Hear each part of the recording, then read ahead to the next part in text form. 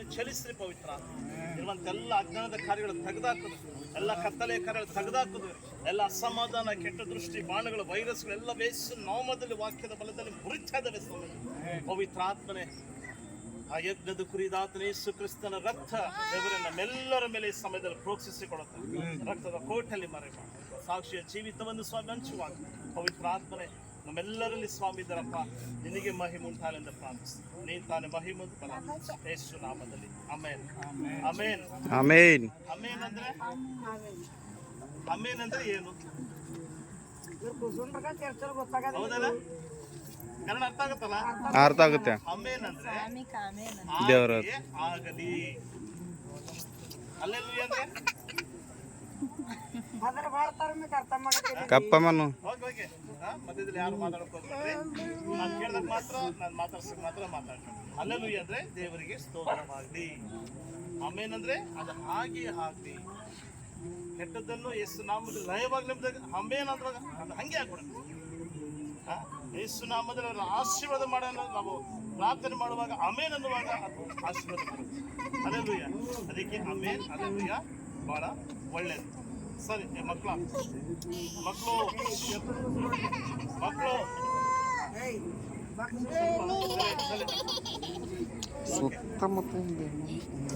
ನನ್ನ ಸಾಕ್ಷಿ ಜೀವಿತ ಯಾಕಂದ್ರೆ ನನ್ನ ಸೇವಕರಿಗೆಲ್ಲ ವಾಕ್ಯ ಅನಿಸ್ತಾರೆ. ನನ್ನ ಸಾಕ್ಷಿ ಜೀವಿತ ದೇವರ ಆತ್ಮನೆ ಹೇಗೆ ಅದನ್ನ ಪ್ರಕಟಪಡಿಸಿದ ಆ ರೀತಿ ನಮ್ಮ ಮುಂದೆ ನಾನು ನಂಬಿದ್ದು ಸುಮಾರೀಗ 15 ವರ್ಷಗಳ ಕಾಲ ಹಿಂದೆ, 15 ವರ್ಷಗಳ ಕಾಲ ಹಿಂದೆ ಯೇಸು ಸ್ವಾಮಿ ನಂಬುವುದಕ್ಕಿಂತ ಮುಂಚೆ ನನ್ನ ಜೀವಿತ ಬಲು ಆಡಂಬರವಾದ ಜೀವಿತ. ಆಡಂಬರ ಅಂದ್ರೆ ಗೊತ್ತಲ್ಲ? ಜೋಬಲಿ ದುಡ್ಡು, ಬೈಕು, 10,000 ಜನ ಕೆಲಸಗಾರರು, ಈ ಥರ ಇದ್ದಂಥ ವ್ಯಕ್ತಿ. ನಾನು ಒಂದೇ ಕುಟುಂಬದಲ್ಲಿ ಇದ್ದಿದ್ದು. ಸುಮಾರು ನಾವು ಅಣ್ಣ ತಮ್ಮಂದಿರು 6 ಜನ ಒಂದೇ ಕುಟುಂಬದಲ್ಲಿ ಇದ್ದಿದ್ದು. ಅವಾಗ ನನಗೆ ಜೀವನ ಎಂಬುದಾಗಿ ಏನೂ ಗೊತ್ತಿಲ್ಲ. ಬೇಜನ್ ದುಡಿಮೆ, ಬೇಜನ್ ದುಡ್ಡು, ಸರಿನಾ, ಜೊತೆ ಅದರಲ್ಲೂ ಕೂಡ ಮೋಜು ಮಸ್ತಿ. ಸೊ ಈ ರೀತಿ ಮಾಡಿದಂಥ ವ್ಯಕ್ತಿ. ಕುಡಿಯೋದು, ಅನಾವಶ್ಯಕವಾಗಿ ದುಡ್ಡುಗಳನ್ನು ವ್ಯರ್ಥ ಮಾಡ್ಕೊಳ್ಳೋದು,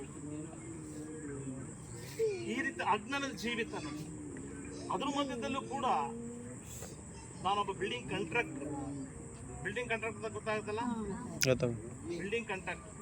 ಅದರಲ್ಲಿ ವಾಸ್ತು, ಬಿಲ್ಡಿಂಗ್ ಹೇಗೆ ಕಟ್ಟಬೇಕು, ಬಿಟ್ಟಿರೋ ಬಟ್ಟೆ ಎಲ್ಲಿ ಯಾವ ಸ್ಥಳದಲ್ಲಿ ಹಾಕಬೇಕು ಎಂಬುದಾಗೂ ಕೂಡ ನಾನು ಕಲ್ತಿದ್ದಂಥ ವ್ಯಕ್ತಿ.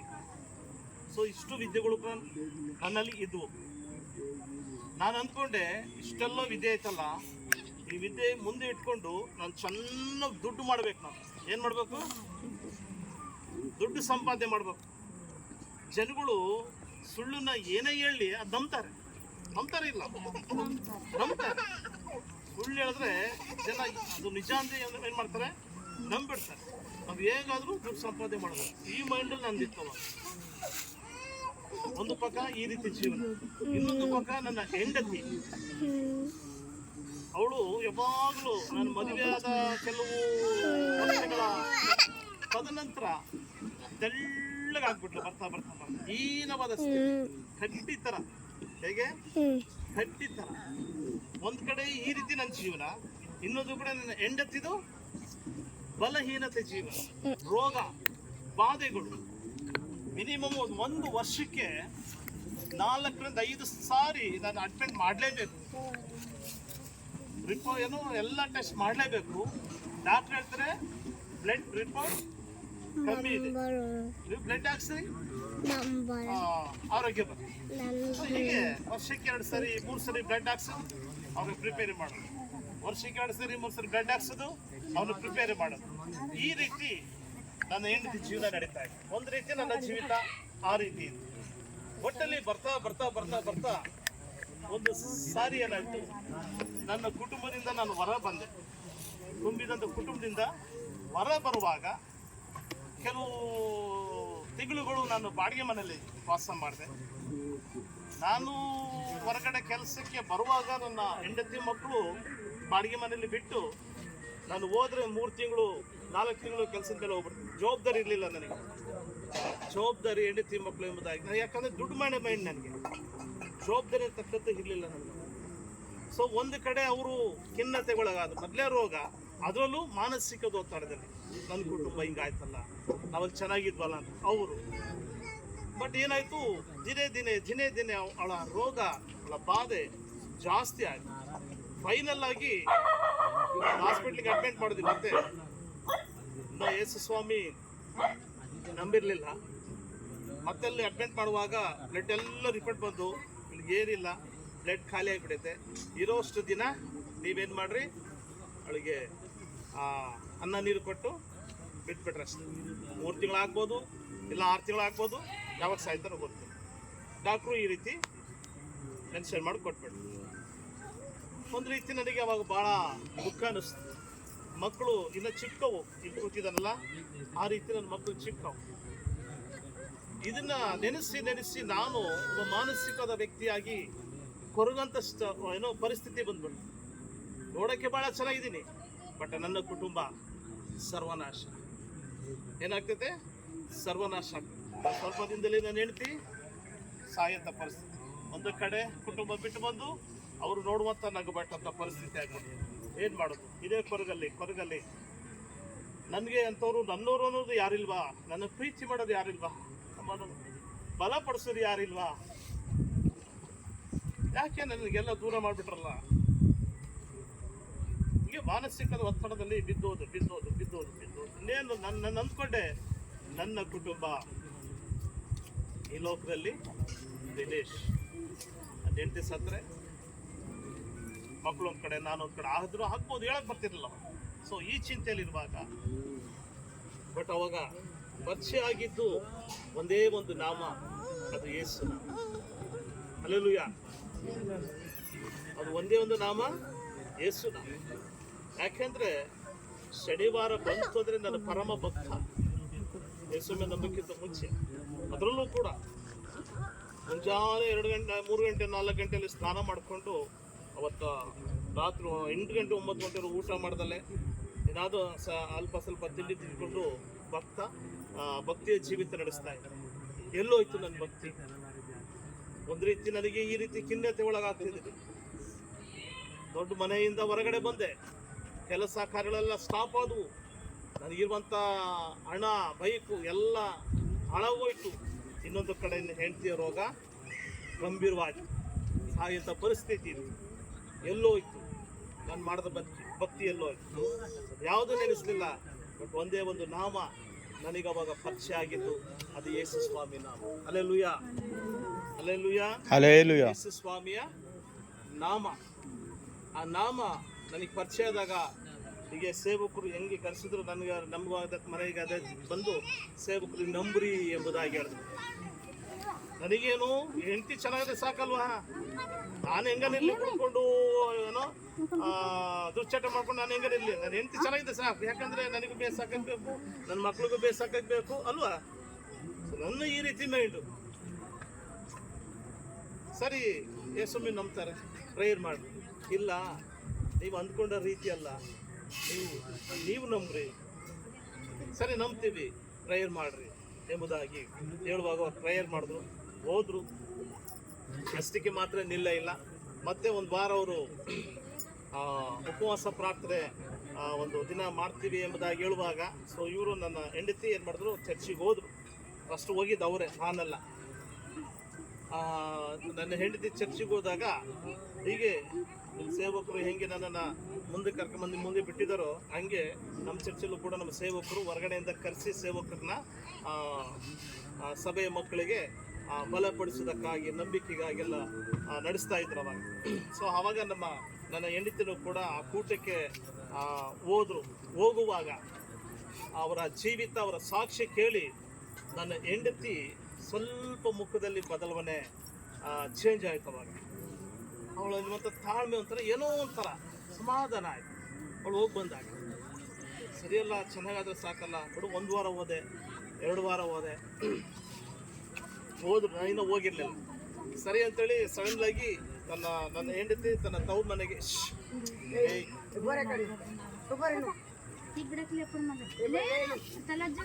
ಸರಿ ಅಂತೇಳಿ ಸರಿ ಕೇಳಮ್ಮ ಅಪ್ಪ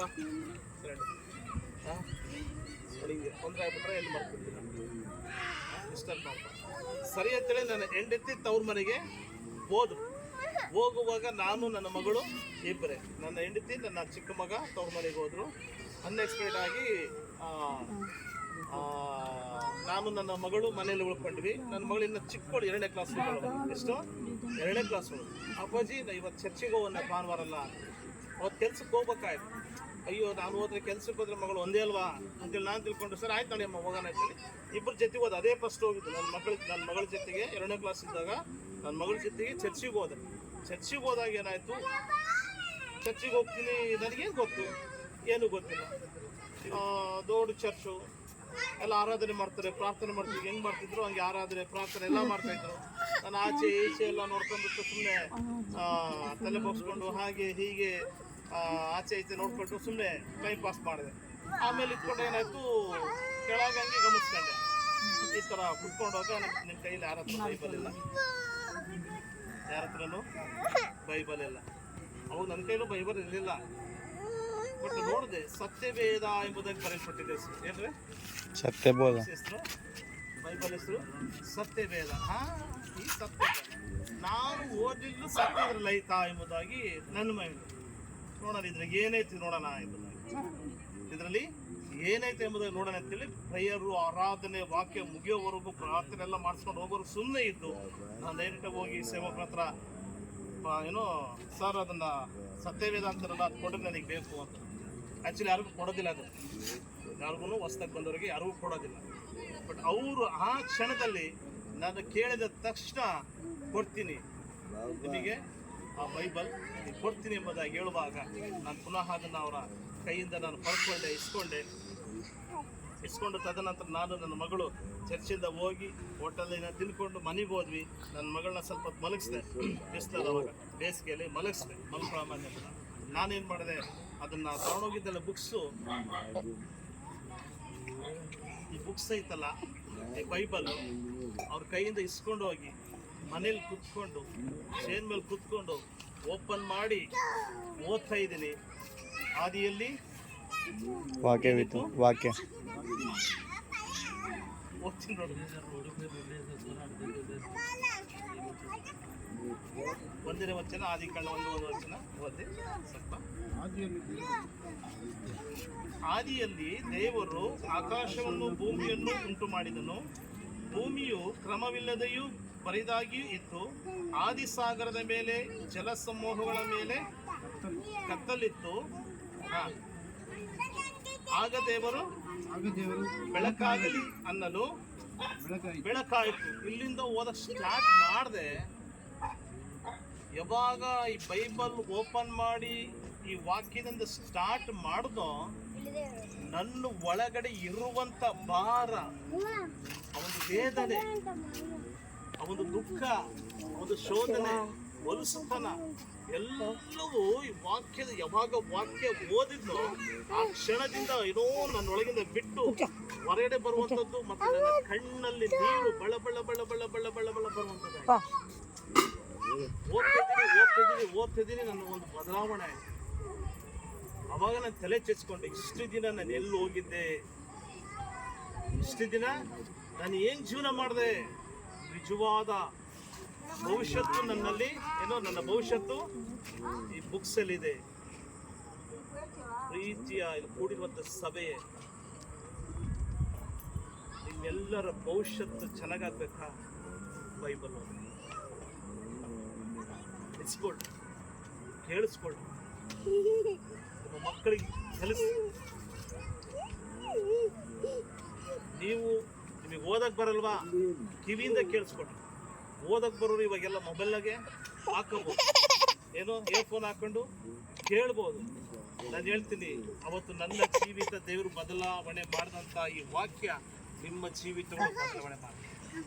ಆಮೇನ್ ಹೇಳಿ, ಆಮೇನ್, ಆಮೇನ್ ಅಂದೆ, ಆಮೇನ್, ಆಮೇನ್ ಅನ್ನುವಾಗ ಅದು 100% ದೇವರು ಬದಲಾಯಿಸ್ತಾರೆ, ಜೀವಿತಗಳು ಬದಲಾಗ್ತವೆ. ಅವತ್ತು ನಾನು ವಾಕ್ಯದಿಂದ ಬದಲಾಗ್ತದೆ.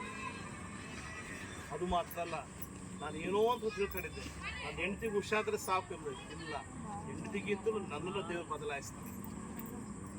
ಒಂದು ಎರಡನೇದು ಬಂತು, ನನ್ನ ಹೆಂಡತಿಗೆ ಅವಾಗಲೇ ಹೇಳಿದ್ನಲ್ಲ, ವರ್ಷಕ್ಕೆ ಎಷ್ಟು ಸಾರಿ 4 ರಿಂದ 5 ಸಾರಿ ಹಾಸ್ಪಿಟ್ಲಿಗೆ ಅಡ್ಮಿಟ್ ಮಾಡಲೇಬೇಕಾಗಿದೆ. ಯೇಸು ಸ್ವಾಮಿನ ನಂಬುವುದಕ್ಕಿಂತ ಮುಂಚೆ ಯಾವಾಗ ಯೇಸು ಸ್ವಾಮಿ ನಂಬುದುವೋ ಆ ಕ್ಷಣದಿಂದ 1 ಸಾರಿ ತಪ್ಪು 2 ಸಾರಿ ನಾನು ಹಾಸ್ಪಿಟ್ಲಿಗೆ ತೋರಿಸ್ದೆ. ಅದು ಅವಳು ಒಂದು ಮಾಡಿದ್ರು.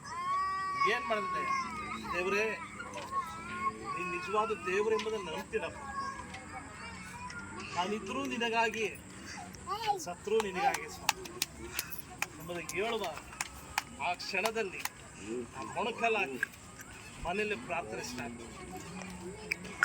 ಬೈಬಲ್ ಓದಕ್ಕೆ ಬರ್ತಿರ್ಲಿಲ್ಲ, ಏನಾದ್ರು ಬರ್ತಿರ್ಲಿಲ್ಲ. ಮನೆಯಲ್ಲೇ ಬೈಬಲ್ ಓದಕ್ಕೆ ಇವತ್ತು ಕುತ್ಕೊಂಡ್ರೆ ಮನೇಲಿ ಗಂಟೆಗಟ್ಟಲೆ ಬೈಬಲ್ ಓದ್ತಾರೆ. ದೇವರು ಆ ಜ್ಞಾನ ಕೊಟ್ಟಿದ್ದಾರೆ. ಹಲ್ಲೆಲೂಯಾ. ಹಾಸ್ಪಿಟ್ಲಿಗೆ ಅಡ್ಮಿಟ್ ಆಗೋಂಥದ್ದನ್ನ ದೇವರು ಅದನ್ನ ತಪ್ಪಿಸಿದ್ರು. ಇವಾಗ ಆರೋಗ್ಯವಂತರಾಗಿ ಬದುಕಿದ್ದಾರೆ. ಇವತ್ತು ನಾವು ಮನೆಗೆ ಬಂದಿದ್ದೀವಿ, ನಮ್ಮ ಬ್ರದರ್ ಮನೆಗೆ ಬಂದಿದ್ದೀವಿ, ನಮ್ಮ ಮನೆಗೆ ನಮ್ಮ ಕುಟುಂಬವಾಗಿ ಬಂದಿದ್ದೀವಿ. ಕಾರಣ ಯೇಸು ಸ್ವಾಮಿ. ಇದಕ್ಕೆ ಕಾರಣ ನಾನು ಬೈಬಲಲ್ಲಿ ವಾಕ್ಯ ಹೇಳ್ತಿದ್ದೆ, ಆ ಪ್ರಲಾಪ 3:20 ನಾನು ಉಳಿದಿರುವುದು ಯೆಹೋವನ ಕರುಣೆಯೇ ಕೃಪೆಯಾಗಿ. ದೇವರ ಕರುಣೆಯಿಂದ ಈ ಸ್ಥಳದಲ್ಲಿ ನಿಂತಿದ್ದೀವಿ. ದೇವರ ಕೃಪೆಯಿಂದ ಈ ಭೂಮಿ ಮೇಲೆ ನಾವು ನಿಂತಿದ್ದೀವಿ. ದೇವರ ಕೃಪೆ, ದೇವರ ಕರುಣೆ ಇಲ್ಲದಿದ್ರೆ ಇವತ್ತು ನಾನು ನನ್ನ ಹೆಂಡತಿ ಯಾವತ್ತೂ ಬದುಕಿದ್ದೀವಿ ಅನ್ನೋದಾದ್ರೆ ಅದು ಯೇಸು ಸ್ವಾಮಿ ಕೃಪೆಯಿಂದ. Hallelujah, hallelujah, hallelujah, hallelujah, hallelujah. ಇನ್ನೊಂದು, ಕುಟುಂಬದಲ್ಲಿ ನೀವೆಲ್ಲ ನಂಬಿ ಹೆಚ್ಚು ಕಮ್ಮಿ ಎಷ್ಟು ವರ್ಷ? 2 ವರ್ಷ. ಇಲ್ಲಿ ಸ್ಟಾರ್ಟ್ ಮಾಡಿ ಇವರು ನಮ್ಮ ಪಾಸ್ಟರ್ ಸ್ಟಾರ್ಟ್ ಮಾಡಿ ಎಷ್ಟು ವರ್ಷ? ಸರಿನಾ? ಬಟ್ ನೀವುಗಳು ಬಹಳ ಕೇರ್ಫುಲ್ ಆಗಿರ್ಬೇಕು. ಯೇಸು ಸ್ವಾಮಿಯ ಜೀವಿತ ಅದು ಸಾಮಾನ್ಯವಾದ ಜೀವಿತ. ನಾನು ನಂಬಿಟ್ಟಿದ್ದೀನಿ. ನಾನು ಕೂಡ ಪ್ರಾರ್ಥನೆ ಕಲಿಬೇಕಲ್ವಾ? ಕಲಿಬೇಕಾ ಬೇಡವಾ? ಯೇಸುಮಿ ನಂಬಿದ ಮಕ್ಕಳು ಪ್ರಾರ್ಥನೆ ಕಲಿಬೇಕು ಬಿಡುವ. ಈಗ ಫಾಸ್ಟ್ ಪ್ರಾರ್ಥನೆ ಮಾಡಿ ಕೇಳಿಸ್ಕೊಂಡ್ರಲ್ಲ, ನಾವು ಪ್ರಾರ್ಥನೆ ಮಾಡಿ ಕೇಳಿಸ್ಕೊಂಡ್ರಲ್ಲ, ಆಡಾಡ್ದೆ ಕೇಳಿಸ್ಕೊಂಡ್ರಲ್ಲ, ಕಲಿಬೇಕು ಬೇಡ? ಬೇಕೇ ಬೇಕಿಲ್ಲ. ಹಾಗೆ ನಾವು ಕೂಡ ಹೊಸ ನಂಬಿಟ್ಟಿದ್ದೀವಿ. ಪ್ರಾರ್ಥನೆ ಕಲಿಬೇಕು, ಆರಾಧನೆ ಕಲಿಬೇಕು. ಎಲ್ಲಿ ಹೋಗ್ಬೇಕು? ಎಲ್ಲನ ನಂಬಿರುವಂಥ ಕುಟುಂಬದಲ್ಲಿ ಹೋಗಿ ನಾವು ಸೇರ್ಕೊಂಡು ಎಲ್ಲ ಸೇರ್ಕೊಂಡು ಜೊತೆಗೆ ಪ್ರಾರ್ಥನೆ ಕಲಿಯೋಣ, ಆಮೇಲೆ ಆರಾಧನೆ ಮಾಡೋಣ ಎಂಬುದಾಗಿ ನಾವು ಈ ರೀತಿ ನೆನೆಸ್ಕೊಂಡು ಒಂದು ಭಾನುವಾರ ಅನಿಸುತ್ತೆ, ಹೀಗೆ ಭಾನುವಾರ ಸಂಜೆ ಟೈಮು ನಾನು ನನ್ನ ಹೆಂಡತಿ ಮಕ್ಕಳು ಏನು ಮಾಡಿದ್ವಿ, ಹೊರಡ್ತಾ ಇದ್ದೀವಿ ಯಾವುದೋ ಒಂದು ಕುಟುಂಬದಲ್ಲಿ.